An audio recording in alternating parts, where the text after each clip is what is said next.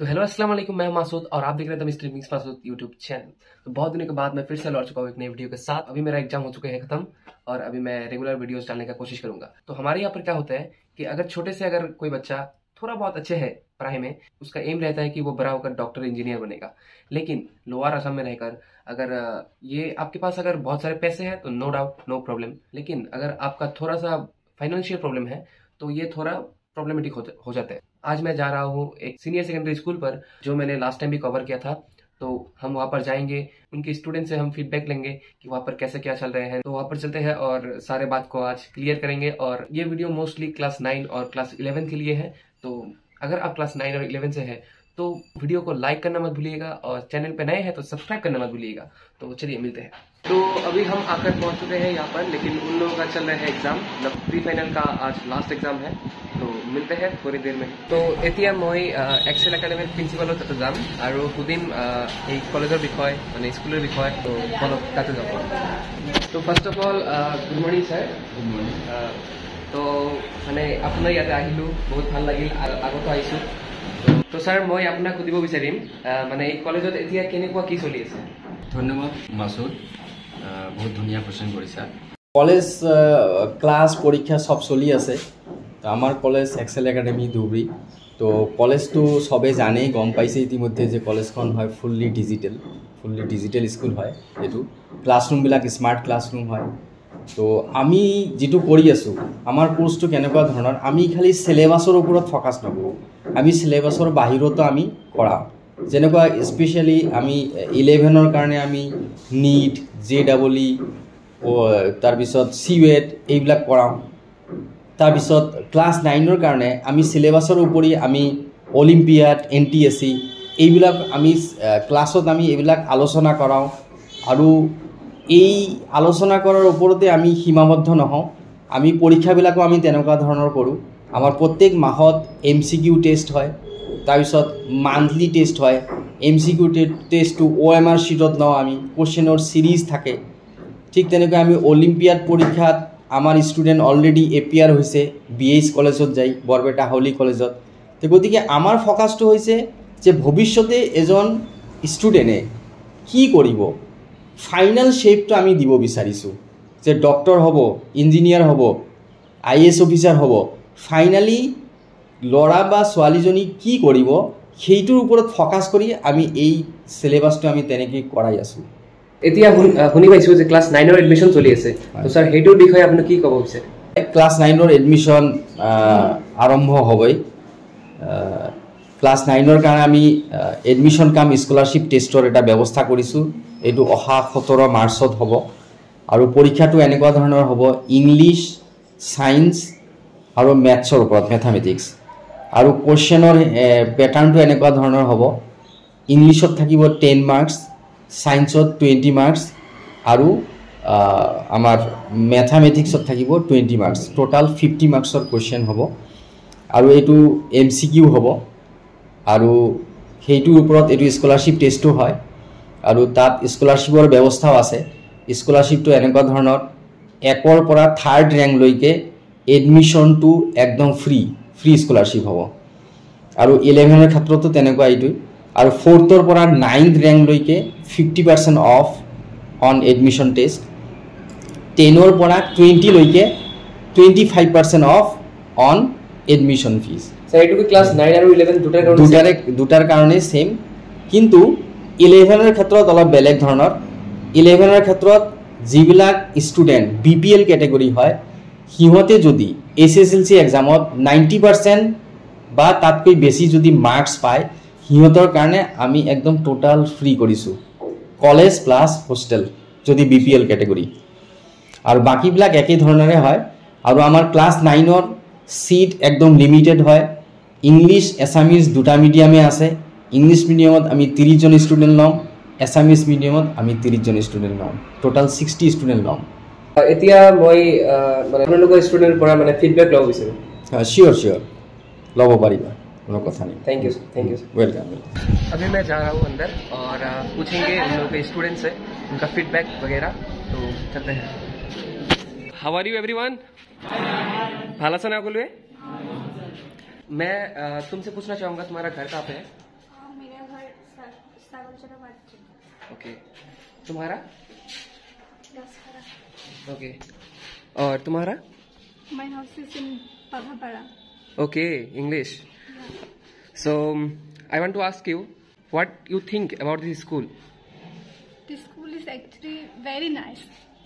Okay, how about the teachers? Teachers are excellent enough. Okay, if I say that you got the perfect college. Yeah, I got the perfect college. I want to ask you more questions. Why do you like this college? Any reason? Yeah, there is many reasons. All the teachers of our college are very excellent. Whenever they used to explain, every topic they used to explain clearly. And I think all the teachers have much more experience. Though they, in their perspective, I said 2 or 3 years experience, but according to me, they have much more than that. Okay, thank you. Okay, then next I want to ask, where are you from? मेरा घर धर्मशाला में. Okay, Hindi. मतलब यहाँ पर language Urdu में comfortable. Urdu में comfortable हो, लेकिन मैं तो उर्दू में कंफर्टेबल नहीं हूँ. जी आप हिंदी में पूछिए, मैं उर्दू में जवाब दे दूंगा. ओके, तो तुम्हारा फीडबैक क्या है? मेरे हिसाब से कॉलेज में जो हम एडमिशन लिए हैं तो बहुत अच्छे काम किए हैं, क्योंकि यहाँ पे जो हमारे टीचर लोग हैं, जो हमारे स्कूल के कॉलेज के जो फैसिलिटीज़ है, सब कुछ अच्छे हैं. क्योंकि हमारे जो टीचर हैं उनके तजुर्बा इतने हैं कि हम बता ही नहीं सकते. टीचर लोग बोलते हैं कोई 1 साल 2 साल का तजुर्बा है, लेकिन हम लोगों को पढ़ाते हैं तब ऐसा लगता है कि इन लोगों के 10-12 साल का तजुर्बा है. ओके, इसलिए मैं कॉलेज में एडमिशन लेकर बहुत खुश हूँ. और बाकी तुम्हारा स्टडी वगैरह कैसा चल रहा है यहाँ पर? ये बहुत अच्छे चल रहा है, क्योंकि हम हॉस्टल में रहते हैं. टीचर्स लोग हर दिन जाते हैं, रात को जाते हैं. अगर कोई हमारा कुछ सब्जेक्ट में कुछ तकलीफ है तो टीचर लोग हेल्प कर देते हैं, मतलब जी हेल्प कर देते हैं. Okay, thank you. तो नेक्स्ट मैं और स्टूडेंट से पूछना चाहूँगा इनका फीडबैक वगैरह. तो next I want to ask you, where are you from? Okay, Assamese. मतलब यहाँ पर लैंग्वेज का भी ध्यान रखा गया है हर एक स्टूडेंट पे, ये मुझे बहुत अच्छा लगा. तो जो भी हो, तुम्हारा घर को छगरा पर. तो तुम्हारा ফিডব্যাক কি ইয়াৰ বিষয়, এই স্কুলৰ বিষয়? যেনেকা এক্সপেক্ট কৰিছিলো তেনেকাই পাইছো. টিচাৰ্ছৰ বিষয় বহুত ভাল টিচাৰ. তোমাক মানে তুমি কি হোষ্টেলত থাকা? ঘৰতে. আউট অফ ষ্টাডিজ বাকি কেয়াৰ লোৱা হয় না নাই? হয় হয় হয়. ডিচিপ্লিন আছে না নাই কলেজত? আছে. ভাল. তো থ্যাংক ইউ. তো নেক্সট মই মোৰ ওৱান অফ দ্য ফেভৰেট টিচাৰক কিছুমান কথা সুধিম. এইটো ফিৰদৌছ ছাৰ, এইটো মোৰ one of the favourite teacher. তো মই দুজনকে কিছুমান প্ৰশ্ন সুধিব বিচাৰোঁ. তো ছাৰ, মই এইটো সুধিব বিচাৰোঁ যে ইয়াতে পঢ়া শুনাৰ বাহিৰেও মানে কি হয় বা আপোনালোকে কি কয় ষ্টুডেণ্টক, কেনেকুৱা মানে মটিভেট কৰে যে পঢ়া শুনাৰ লগত আৰু কি কৰাটো উচিত? ফাৰ্ষ্ট অফ অল মই তোমাক ৱেলকাম জনাইছোঁ আমাৰ এক্সেল একাডেমীত আহিছা. থেংক ইউ ছ' মাছ. তুমি ইমান নিজৰ ইম্পৰ্টেণ্ট টাইমটো মই ইয়াতে আহিছা. তো একচুৱেলি মই কেইটামান ডিটেইলছ কৈ আছোঁ. ফাৰ্ষ্ট অফ অল যে আমি 9ৰ কথা যদি ক'ব যাওঁ আৰু যে যেনেকুৱা ছাৰে অলৰেডি ক'লে যে আমি চিলেবাছটো পঢ়াৰ লগতে আৰু আদাৰ্ছ আমি অলিম্পিয়াড NDSC পঢ়াওঁ. চবতকৈ ইম্পৰ্টেণ্ট কথা হ'ল কি যে আমাৰ যদি চিলেবাছটো যদি যাওঁ 1ৰ পৰা 10লৈকে এটা ছিকুৱেঞ্চ মেইনটেইন কৰিছে, কিন্তু যদি 11ত ছায়েন্সত যোৱা যায় তুমি নিজেও দেখিছা যে কিমান মানে এটা ডিফাৰেঞ্চ. চ' আমি সেই ডিফাৰেঞ্চটো আমি যাতে নাথাকে তাৰ কাৰণে আমি ৰেডি কৰি ৰাখোঁ. আমাৰ ক্লাছ 9 বা 10ত আমি আগতীয়া কিছুমান বস্তু যে পঢ়াই দিম, যিটো গৈ পিনে হাই ছেকেণ্ডেৰী ফাৰ্ষ্ট ইয়েৰত বা ছেকেণ্ড ইয়েৰত গৈ পিনে অসুবিধা নহয়. তাৰ ওপৰত ডিপেণ্ড কৰি কিছুমান ফৰ্মুলা, কিছুমান প্ৰেক্টিকেলৰ বস্তু আমি আগতীয়াকৈ ক্লাছ 9ৰ কাৰণে পঢ়াম আৰু ইভেন কি পঢ়াই আছোঁ. আৰু তেনেকুৱা আমি যিটো ফাৰ্ষ্ট ইয়েৰৰ বেছটো যিটো চলাই আছোঁ, ফাৰ্ষ্ট ইয়েৰ বেছটো আমি একাডেমিকটো চাইছোঁ. একাডেমি চোৱাৰ ওপৰতো তুমি যেনেকুৱা কোৱেশ্যন কৰিলে যে আৰু বেলেগ কি দিয়া হয়, চ' আমি খেল ধেমালিৰ ওপৰতো আমি এটা ফ'কাছ দিছোঁ. যেনেকুৱা আমি কওঁ যে আমাৰ এইবাৰ আমাৰ যিটো স্পৰ্টছ গ'ল, এনুৱেল স্পৰ্টছ, তাত দেখিছোঁ 2টা ল'ৰা এনেকুৱা মানে ক্ৰিকেটত ভাল, মানে ক'ব গ'লে মই তেনেকুৱা দেখা নাই, মানে ইমান ভাল খেলে. তো তেনেকুৱা ডেন্স কম্পিটিশ্যনত দেখিছোঁ, কুইজ, আৰু এনেকুৱা ষ্টুডেণ্টো পাইছোঁ যে কিবা এটা টপিক দিলে ইনষ্টেণ্টলি ইমান ধুনীয়াকৈ কথা কয়. তো তো এইবিলাক আমি টেলেণ্টবিলাক সিহঁতৰ পৰা আমি ওলাই লৈ আছোঁ, সিহঁতক মানে ভাল এটা পজিশ্যনত যেনেকৈ যাব পাৰে সেইটো আমি লাইন সিহঁতক দেখাই দিম, এনেকুৱা প্ৰস্তুতি আমি লৈছোঁ। এইখিনিয়ে। Thank you, sir. So next, I want to ask someone. Okay, মই তোমাক সুধিব বিচাৰিছোঁ, যিহেতু এতিয়া ক্লাছ 9ৰ এডমিশ্যন চলি আছে, তো তুমি কি কোৱা মানে ষ্টুডেণ্টবিলাক যিয়ে এই ভিডিঅ'টো দেখিব, মানে এডমিশ্যন ইয়াতে লোৱাটো ভাল হ'ব না বেয়া? হয়, ভাল হ'ব। মানে ইয়াত ডিজিটেল বৰ্ড আছে আৰু 9ত যিবোৰ কনচেপ্ট আছে ইয়াত ভালকৈ ক্লিয়াৰ কৰিব পাৰিব, বহুত ভাল হ'ব। Then next I want to ask you, তুমি কি কোৱা? ইয়াত এডমিশ্যন ল'লে ভাল হ'ব, কাৰণ আমাৰ লগৰ টিচাৰবিলাক বহুত ভাল আৰু ইয়াত ডিজিটেল বৰ্ড আছে আৰু ইয়াত যিবিলাক অপৰচুনিটি আছে এইবিলাক বহুত ভাল। Last but not the least, I want to ask you the last question. আজি লাষ্ট এক্সাম আছিল, ৰাইট? এক্সাম কেনেকুৱা হ'ল? ভাল হৈছে? এনে কৈ আছে নেকি আচলতে ভাল হৈছে? Okay, then best of luck. Final এক্সামৰ কাৰণে best of luck everyone. Thank you everyone. তো নেক্সট মই মোৰ ওৱান অফ দ্য ফেভৰেট ক'ব গ'লে আৰু প্লাছ বেষ্ট মটিভেটৰ বুলি ক'লে ফিৰদৌছ ছাৰ বুলি আহে। তো ছাৰ আপোনাকো সুধিব বিচাৰোঁ যে আপুনি ইয়াতে কেনেকৈ মটিভেট কৰে, যেনেকৈ আমাক কৰিছিলে তাতকৈ বেটাৰ না কি মানে চেম সিকুৱেন্সত আছে? থেংক ইউ মাছুদ, আৰু ধন্যবাদ মাছুদ আমাৰ এক্সেল একাডেমীত অহাৰ কাৰণে। আৰু প্ৰথম কথাটো হৈছে মোৰ যিটো মটিভেশ্যন, ঠিক আছে, একচুৱেলি মটিভেশ্যনটো এনেকুৱা বস্তু যিটো সকলোৰে ভিতৰত থাকিব লাগে। মই যেনেকুৱা মই যেতিয়াৰে পৰা টিচিং প্ৰফেশ্যনত মই আহিছোঁ তেতিয়াৰে পৰা মই ষ্টুডেণ্টবোৰৰ লগত বহুত কানেক্টেড হৈ থাকোঁ। ষ্টুডেণ্টৰ লগত মই ইণ্টাৰেকশ্যন কৰোঁ, তো ইণ্টাৰেকশ্যন কৰোঁতে তাতে এটা মটিভেশ্যনো হৈ যায়, ঠিক আছে। তাৰমানে মই যেতিয়া ক্লাছ কৰোঁ, ক্লাছৰ লগতে মটিভেশ্যনেল ছেশ্যনো তাতে একেলগে হৈ যায়। সেইকাৰণে তাতে কি হয়, এক নম্বৰ কথা যে এটা ষ্টুডেণ্ট ক্লাছত কেনেকৈ এটেনশ্যন দিব বা ক্লাছৰ পৰা কি শিকিব, ইয়াৰ ওপৰত গুৰুত্ব দিয়াটো প্ৰত্যেকটো টিচাৰৰে দায়িত্ব।